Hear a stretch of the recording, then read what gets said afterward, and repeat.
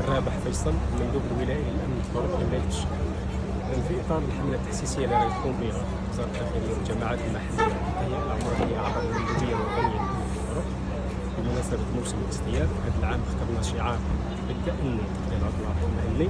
طبعا نظرا لهذه الفترة بالذات ازدياد حوادث المرور في هذه الفترة الممتدة من 1 جويلية حتى ل 31 أوت، كثفنا من الحملات التحسيسية لفائدة السواق خاصة المسافات الطويلة. طبعا هذا الموسم اللي هو موسم العطلة، ونعرف أنه كثير من العائلات تتنقل يعني من المناطق الشمالية.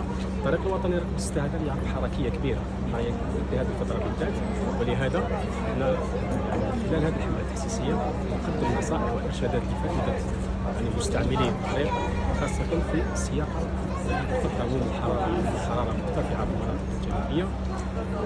يجب احترام السرعة، طبعا السرعة المحددة.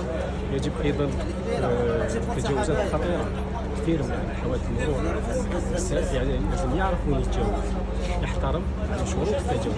أيضا الاستعمال اليدوي للطريق، كثير من السواق يعني ماهوش فقط يتكلم في هاتف النقال ولكن حتى يكونيكتي، يعني يد في المقود ونيد في الهاتف النقال. كل هذه النصائح يعني يقدموها للسواق زيادة على يعني دعائم تحسيسية ومطويات.